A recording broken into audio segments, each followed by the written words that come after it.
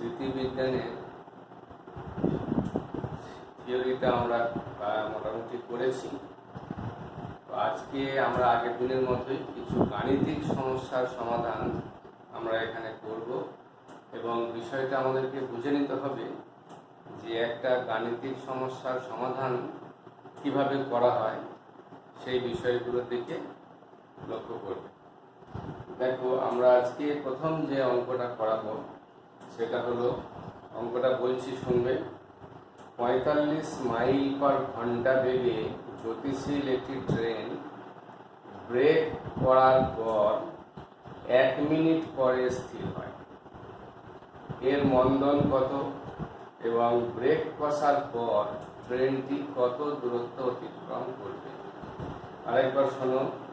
45 mile per ঘন্টা গতিবেগে গতিশীল একটি ট্রেন ব্রেক কষার পর 1 মিনিটে স্থির হয়। এর মন্দন কত, ব্রেক কষার পর ট্রেনটি কত দূরত্ব অতিক্রম করবে? এই হচ্ছে আমাদের সমস্যা। তো দেখো কিভাবে সমাধান করা যায়। প্রথমে দেখো, এই গতিশীল ট্রেনের গতিবেগটা কত বলেছে? ভি। দেখো, ভি বলা আছে 45 মাইল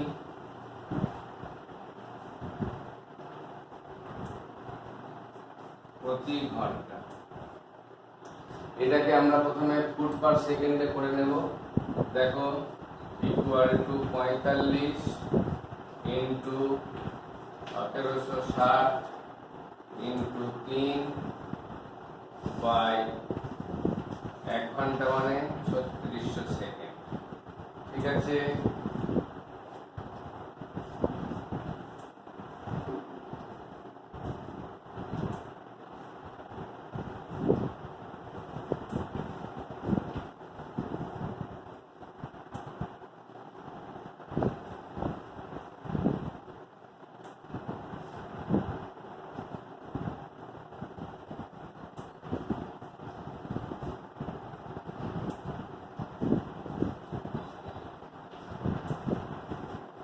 সমান 66 ফুট পার সেকেন্ড।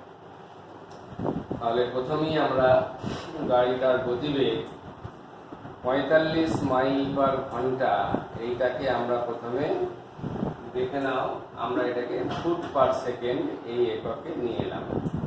কিভাবে এটা করেছি দেখো, মাইলটাকে দেখো, আমরা জানি 1760 গজে 1 মাইল হয়, আবার 3 ফুটে 1 গজ হয়, সেই হিসেবে এটা গুণ করেছি।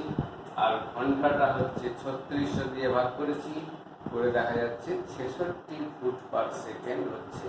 তাহলে গতিবেগের এককটিকে আমরা এখন মাইল পার ঘন্টা এখান থেকে ফুট পার সেকেন্ড এই এককে নিয়ে এসেছি। তাহলে এখন এর গতিবেগটা কি হলো? ভি ইকুয়াল টু হচ্ছে 66 ফুট পার সেকেন্ড। এই হচ্ছে গতিবেগ। এরপরে দেখো, 1 মিনিটে যদি স্থির হয়, তাহলে স্থির হওয়ার জন্য সময় লাগছে কত? সময় লাগছে টি ইকুয়াল টু হচ্ছে 60 সেকেন্ড। টি ইকুয়াল টু এখানে আমরা দেখছি 60 সেকেন্ড। এখন দেখো, যেহেতু গাড়িটা স্থির অবস্থায় চলে এসেছে, তাই এর অন্তিম গতিবেগটা হবে 0। তাহলে অন্তিম গতিবেগ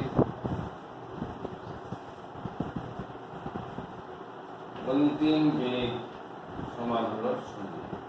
ঠিক আছে। এবারে আমরা সেই সমীকরণটা করবো। দেখো, অতএব ভি সমান ইউ মাইনাস এফ টি বা V equal to U minus A T, এই সমীকরণটাকে আমরা ব্যবহার করব। এখানে অন্তিম বেগ equal to 0 equal to V minus A T. ঠিক আছে। V equal to U minus A T সমীকরণ ব্যবহার করেছি। অন্তিম বেগ ইকুয়াল টু প্রাথমিক গতিবেগ মাইনাস এটি। এখানে একটা বিষয় লক্ষ্য করে দেখো, প্রাথমিক গতিবেগটা এখানে আমরা ইউ এর জায়গায় ভি লিখেছি, এতে কোনো সমস্যা নেই। অতএব এ ইকুয়াল টু আমরা দেখবো, দেখো, V by V. V equal to কত? 66 আর টি মানে হলো 60। দেখো ইকুয়াল টু 1.1, তাহলে মন্দন ইকুয়াল টু হচ্ছে 1.1 ফুট পার সেকেন্ড স্কয়ার। মন্দন ইকুয়াল টু এখানে হচ্ছে 1.1 ফুট পার সেকেন্ড স্কয়ার। এরপরে আমাদের যেটা বলেছে সেটা হচ্ছে ট্রেনটি কত দূরত্ব অতিক্রম করবে, অর্থাৎ 1 মিনিটে ব্রেক করবার পর ট্রেনটি কত দূরত্ব অতিক্রম করবে। দেখো লক্ষ্য করে আমরা সমীকরণ ব্যবহার করব এখান থেকে। দেখো এই সমীকরণ V square equal to U square minus 2as, এই সমীকরণটাকে ব্যবহার করব। এখানে লক্ষ্য করে দেখো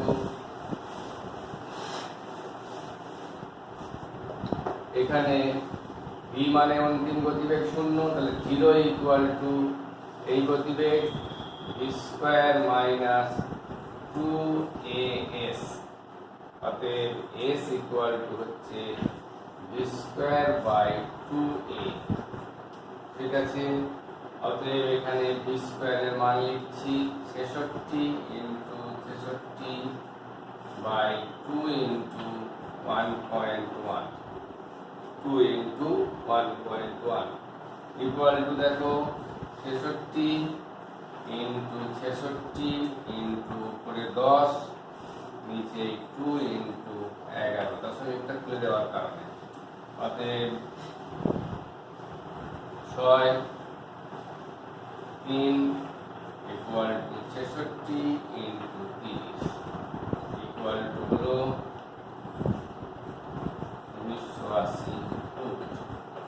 তাহলে এক্ষেত্রে আমরা দেখতে পেলাম যে ব্রেক কষার পর ট্রেনটি 1980 ফুট দূরত্ব অতিক্রম করে তারপরে থামবে। ট্রেনটি 1980 ফুট দূরত্ব অতিক্রম করে তারপরে থামবে।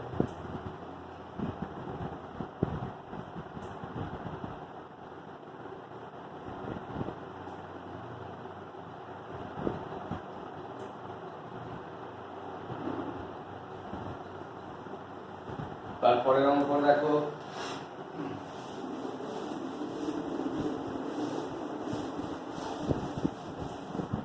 পরের গাণিতিক সমস্যাটা আমরা বলছি একটি বস্তুকণা 10 সেন্টিমিটার পার সেকেন্ড বেগে চলতে আরম্ভ করে সুষম ত্বরণে 50 সেন্টিমিটার চলার পর 20 সেন্টিমিটার পার সেকেন্ড বেগ লাভ করে।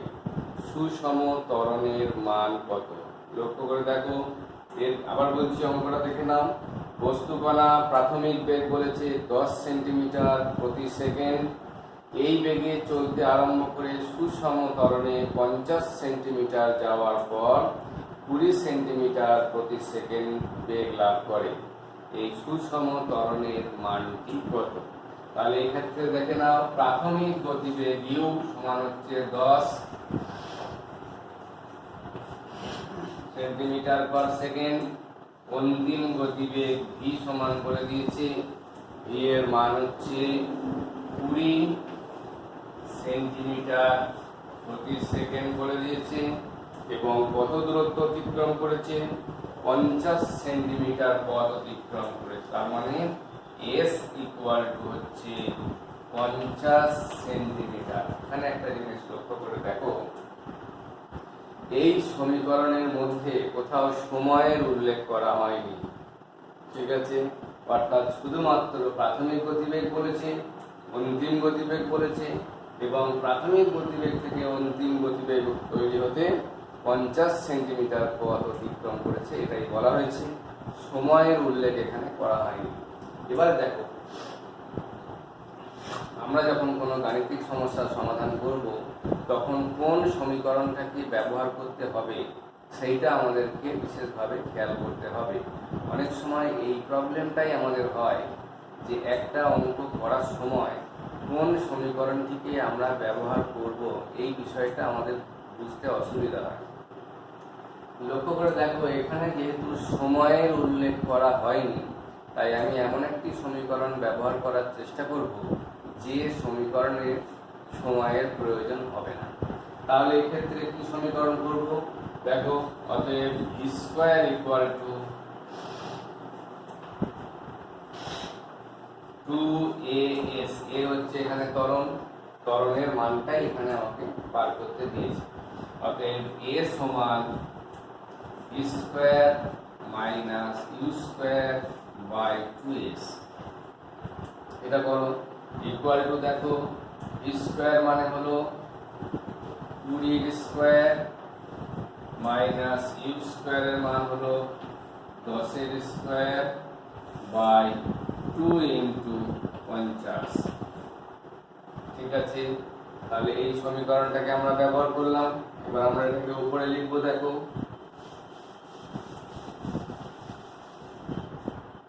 অতএব a ইকুয়াল টু হবে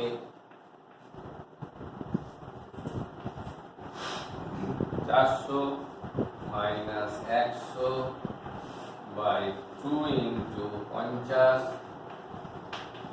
ইকুয়াল টু হচ্ছে 300 by 100 equal to 3 centimetre per second square.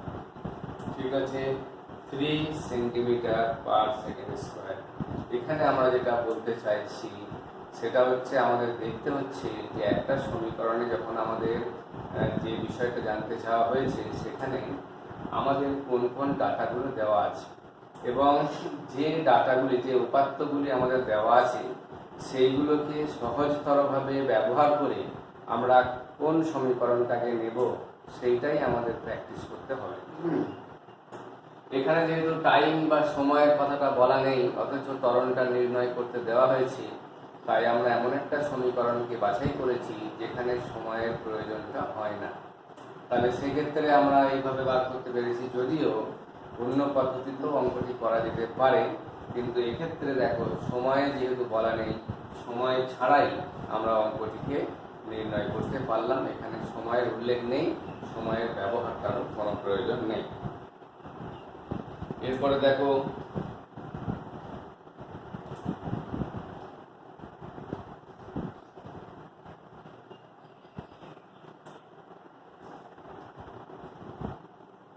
বলছে একটি নির্দিষ্ট প্রাথমিক বেগ নিয়ে যাত্রা শুরু করে একটি বস্তু সমত্বরণে 4 সেকেন্ডে 80 ফুট পথ অতিক্রম করে। এরপরে ত্বরণ বন্ধ হয় এবং 4 সেকেন্ডে 40 ফুট দূরত্ব অতিক্রম করে। আরেকবার শুনে নাও। নির্দিষ্ট প্রাথমিক বেগ নিয়ে যাত্রা করে একটি বস্তু সমত্বরণে 4 সেকেন্ডে 80 ফুট দূরত্ব অতিক্রম করে। এরপর ত্বরণ বন্ধ হয় এবং 4 সেকেন্ডে 40 ফুট পথ অতিক্রম করে। প্রারম্ভিক গতিবেগ এবং ত্বরণের মান নির্ণয় করো। তাহলে এক্ষেত্রে আমাদের কি কি বলা হয়েছে দেখে নাও। প্রথমে আমাদের প্রারম্ভিক বেগটা নির্ণয় করতে হবে, অর্থাৎ এইটা হলো প্রারম্ভিক গতিবেগ নির্ণয় করতে হবে আমাদের। এরপরে বলেছে 4 সেকেন্ডে 80 ফুট পথ অতিক্রম করে। তাহলে s ইকুয়াল টু 80 ফুট নিলাম আর t ইকুয়াল টু হচ্ছে 4 সেকেন্ড নিলাম। ঠিক আছে, 4 সেকেন্ডে 80 ফুট পথ অতিক্রম করে। এরপর 4 সেকেন্ডে ত্বরণ বন্ধ হবার পর 4 সেকেন্ডে 40 ফুট যায়। দেখো, ত্বরণ যখন বন্ধ হয় তখন বস্তুটি সমবেগে চলে। তার মানে বস্তুটি যখন 4 সেকেন্ডের পর যখন 80 ফুট দূরত্ব অতিক্রম করেছে, ওই সময়ে তার গতিবেগ কত? অর্থাৎ যখনই ত্বরণ বন্ধ হবে তাহলে ওই গতিবেগটাকে নিয়েই সে 40 ফুট দূরত্ব যাবে। তাহলে 4 সেকেন্ডে যদি 40 ফুট যায় তাহলে গতিবেগ কত?